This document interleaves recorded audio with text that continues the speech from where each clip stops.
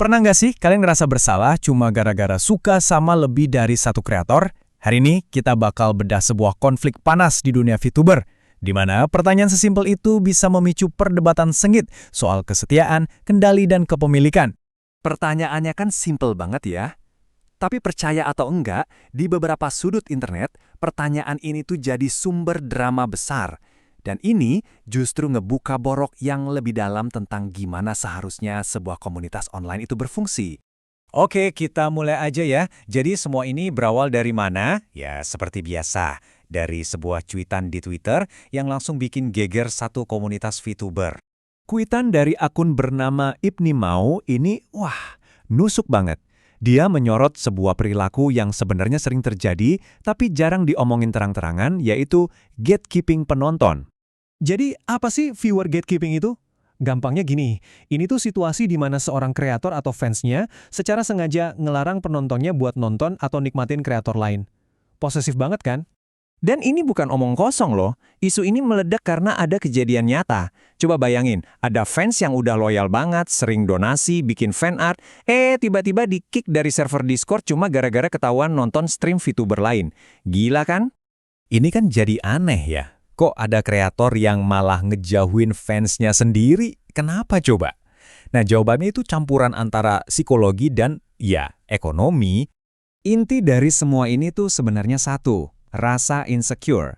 Ada ketakutan, takut nggak cukup menghibur, takut kehilangan donatur setia, takut pendapatannya turun, dan yang paling parah, takut jadi nggak relevan lagi.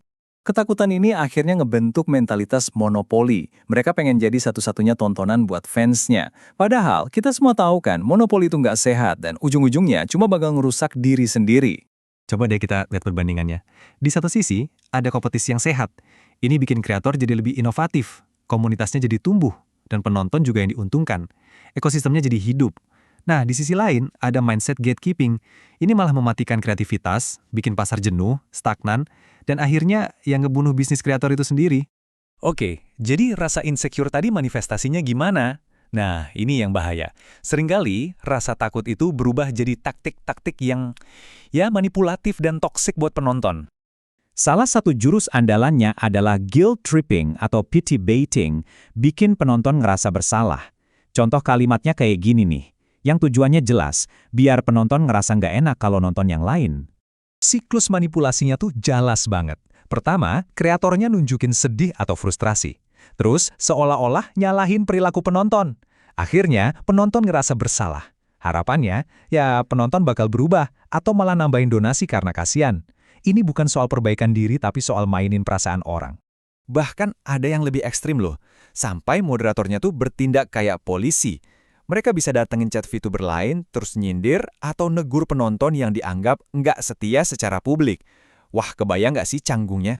Tapi untungnya, nggak semua kreator mikir kayak gitu. Banyak VTuber senior yang akhirnya angkat bicara, ngasih pandangan yang jauh lebih adem dan sehat. Contohnya Violeta. Dia bilang kalau punya banyak idola itu justru sehat, bikin hidup lebih berwarna. Bener juga kan? Ini nunjukin kalau ngefans sama banyak orang itu normal, bahkan bagus buat penontonnya. Terus ada Amigo Day yang ngasih batasan penting. Intinya adalah soal etika. Kamu bebas nonton siapa aja, tapi jangan pamit mau nonton stream lain di chat VTuber yang lagi live. Itu nggak sopan, hargai perasaan kreatornya. Dan Keiko, wah ini keren banget. Dia nyimpulin semuanya dengan sempurna. Walaupun dia sering bercanda soal ini, dia percaya penontonnya itu dewasa dan bisa mikir sendiri. Siapa sih yang mau hidupnya diatur-atur kan?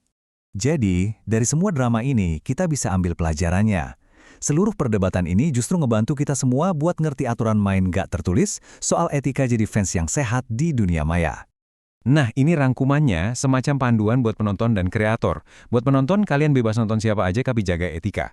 Jangan pamit atau ngebajak penonton di chat orang. Buat kreator, ingat penonton itu bukan properti kalian. Rasa iri itu wajar, tapi jadiin motivasi buat lebih baik, bukan buat nyalain orang.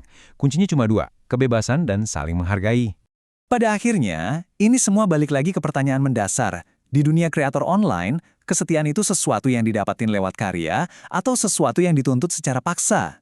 Karena fandom yang tulus itu nggak bisa dipolisiin atau dikontrol. Fandom itu tumbuh dari rasa hormat dari kedua belah pihak.